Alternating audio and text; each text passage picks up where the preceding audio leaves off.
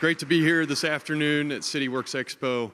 I'm going to talk a little bit quickly about creating and sustaining digital cities, and just a few points on that. It can be a very technical topic, but we've been engaging a broad range of producers and users of virtual city models for several years. Everything from artists to soundscapes to engineers, to planners, the biking community. And so I want to share a few things that we've learned through that process.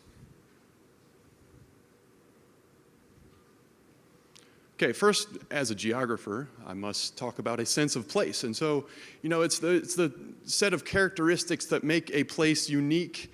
And we like to foster this authentic sense of belonging and participation. We've got both the physical environment that can make up, the landmarks, the Roanoke Star, or the Taubman Museum, the history and the culture that defines a place, but the events as well, the people and the events and things that happen. And so we, as geographers, we think both about outer space, and that means the physical world, not outer space, although that's a part of it, and inner space, what's happening inside of your mind. And so events like this, CityWorks Expo, and last night, here's Mark Klein and his blindfolded unicycle attempt. Forever this will change the way I think about Kirk Avenue. And when I'm standing there, I'll have to tell the story about humming as he goes by and in this awesome, successful attempt.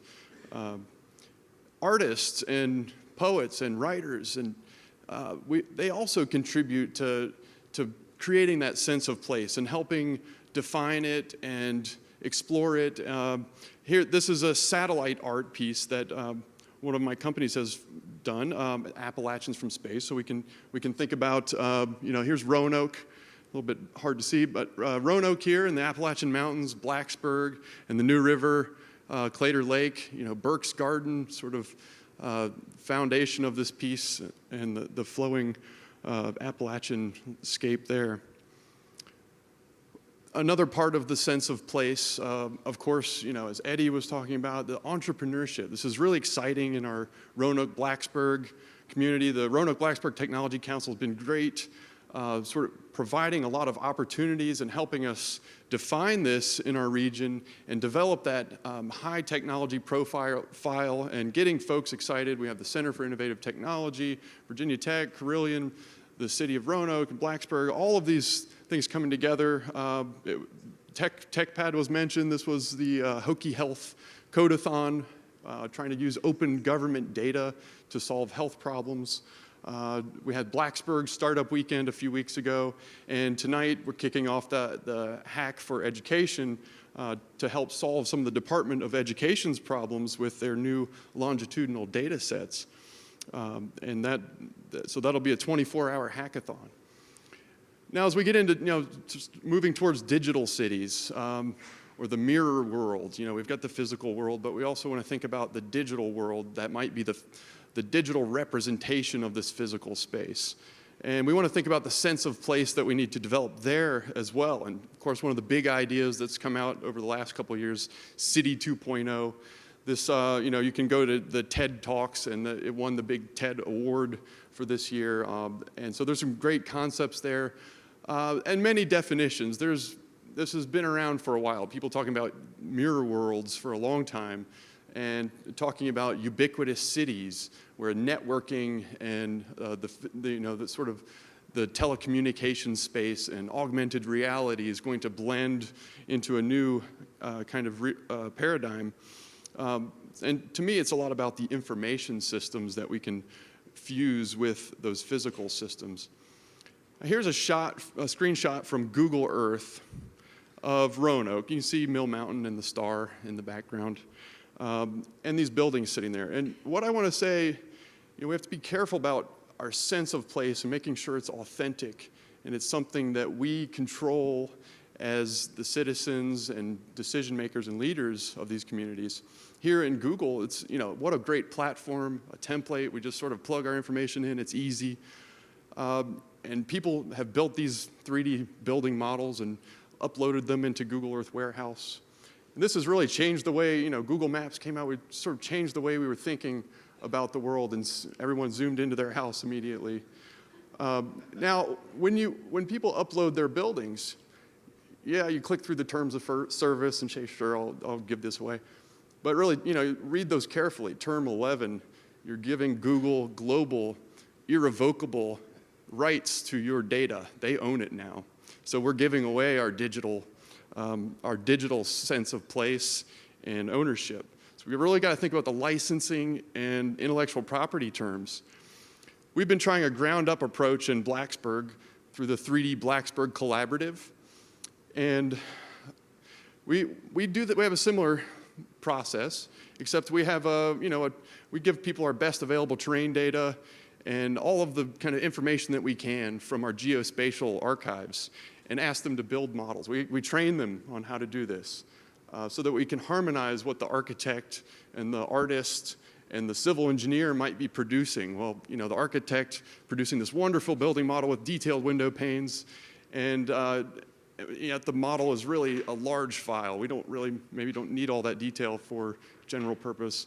The civil engineer producing a very precise and accurately placed building, but it's plain or grayscale and it's not very aesthetically pleasing. And the artist really focusing on the shadows and the lighting and the aesthetics of it, but it's in the wrong place or the wrong height. So how do we harmonize those communities? And that's what we've been doing at 3D Blacksburg, and trying to put the data, well, not trying, we are doing, we're putting it into a Creative Commons license.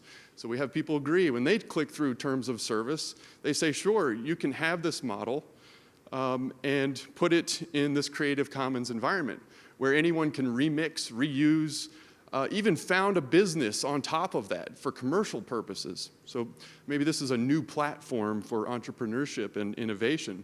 A lot of cities are trying this. They're opening up their government data sources and letting the ecosystem evolve around that space. And people are innovating for transportation or planning or solving problems we didn't realize were there. So here, just how to create them. This is a very quick overview. We have an interface. We can see sort of our progress map. You can pan and zoom on this. We keep track of buildings in different levels of detail. But basically, you can go click on a building, and we give you a package of data. These are our engineers and geographers have already prepared our best available data and curated. We understand exactly where the source is. We know it's going to plug into our existing spatial data infrastructures so that this scales up through a statewide or national spatial data infrastructure or global spatial data infrastructure. And so we give them the starting place. And then very easily they can pull that into a modeling package. In this case, it's a Collada model. So that's a interchange format that allows you to use it in SketchUp or Studio Max or Maya or Modo. Then they create the building model and texture it, and then they give it back to the system with agreeing to the terms of service, Creative Commons with attribution. They actually get credit. Their name is attached to that building model. But they also have put it in the Creative Commons so that other people can reuse, remix, and continue to develop and evolve that system. And it all gets put into a virtual city model. So the Creative Commons license, I think, is really important and interesting to think about how we have to really pay attention to our data and the licensing that we're creating in this digital city, in these digital worlds. And it's going out in the commons. So now we have a common reference model that we can start to have a conversation. We can point at the same building or street corner and know that we're talking about the same place and that the terrain model is the same, that the best that we've curated for our local government or state government sources, and things will be harmonized. We can do applications like interior design. Here we've merged and fused interior space models with exterior models. And not just the geometry. This is not video game technology. That's easy and that's been done. We can sort of fly around this as a video game and look at oh yeah, that's great. But what we've really done is a semantic city model. So it's a place to hang other information architectures on top of this through the common reference of space. And not just space, but the 3 dimensions of space as a foundation for the physical world, but the 4th dimension of time. So through those 4 dimensions, we can sort of solve a lot of the complexity and account for that ahead of time. We can do lots of interesting things. Just a few examples of what we've done. Solar modeling. So where should we put a solar panel? Well, let's go ahead and take our terrain data and surface model data and tell you for each time of the year where on the roof or where on the landscape you should put your solar panel. We can measure it in watt hours per square meter. So, this is a scientific algorithms behind this to help guide people. It'd be great if a business would start and use this, to help their clients. Sure, you always go out in the field, but this is a great planning tool. It gets you 75% of the way there. You still need to make that field visit. Other types of, one of the advantages of small cities, well, we can wrap our heads around the problems. Blacksburg's great because it's sort of scoped, and we can think more about rich and deep layers and how those things are interconnected rather than just trying to get one base map. So here's one that we've been working on since 2008, the Nightscape research group at Virginia Tech that I co-founded with Min-Tae Kim. We have got plenty of daytime-based maps. We see that all over the place. But what about nighttime-based maps? Think about where the lighting is and how that overlays with crime rates or light pollution or energy use. We can actually look at this and see mercury vapor or sodium halogen or LED lights. We've created an Android app that helps us walk around and sample the Wi-Fi signal strength. And some of our urban planners students have taken this app and sampled around the town of Blacksburg and the campus and tried to understand where are the dead zones, where can I sit on a park bench and have my laptop still tethered to the Wi-Fi. As we move towards ubiquitous networking and computing, where augmented reality is important, we might not always have good cell coverage. We might want to rely on a faster last mile kind of network like Wi-Fi. So we want to find those gaps, and we can understand a lot about the patterns of the city and development. Here's one that I'm working on with the Broadband Mapping project for the state of Virginia. How do we site microwave transmission towers? This is a very expensive engineering study. You can get out there with lasers and mirrors, and it costs a lot of money to do that. If we have a pretty good physical representation in a digital format, we can simulate this and through a planning stage. I'm not saying engineering, but for planning purposes, we can get you most of the way there and site that transmission corridor, understand what's going to block it, where we might want to put it. We can link this information. Now we're getting into how do we link the physical world and the networked world. Well, cybersecurity is a very hot topic. So here I've worked with our IT security officer, Randy Marchaney at Virginia Tech, and linked his network portal information to our room database. So we took the CAD floor plans and created a 3D model of every single floor and room on the Virginia Tech campus. And now we associate by a spatial join all of those network portals and those rooms. Now he has a visual cue rather than reading through these enormous logs, millions of incoming and outgoing pieces of traffic every day. So we get a visual analysis. Another, linking physical and networked worlds. This is something that I thought of this summer, and one of my grad students, Kyle Schutt, has implemented with me. icanseeyouTweet.com. You can go there now and tweet to a webcam. So the idea is we're all citizens as sensors. The research angle is sensor fusion. So we are all citizens as sensors. You've got a smartphone, you've got the ability to hit social media, take a picture, record something interesting, and you're a sensor out in the world. We also have lots of webcams and some other closed-circuit TV cams, or if you're the military, you've got the Gorgon stare, which is persistent wide-area surveillance. So this sort of scary stuff, but it's happening. So how do we link the citizens as sensors with some of these webcams? And that's what I Can See You Tweet does. I can tweet with a hashtag to hashtag Roanoke Star, and Roanoke's, the webcam up there will instantly take a snapshot and tweet it back to me. Or we can tweet hashtag Roanoke webcam and get the one that's over on the Roanoke Catholic school. And so we're sort of building this up as there's many applications. Let's focus on the tourism and digital placemaking. So you can just, hands-free, taking a picture, walk up to a webcam with your family, instead of asking a stranger or a familiar stranger to take your camera and take a picture, you just tweet to the webcam and smile. We also use it as a way to warn people about the oversharing of your personal location-based information. You know, the fact that we always have geolocation turned on, we can actually take a picture of you whether you tweet to the webcam or not.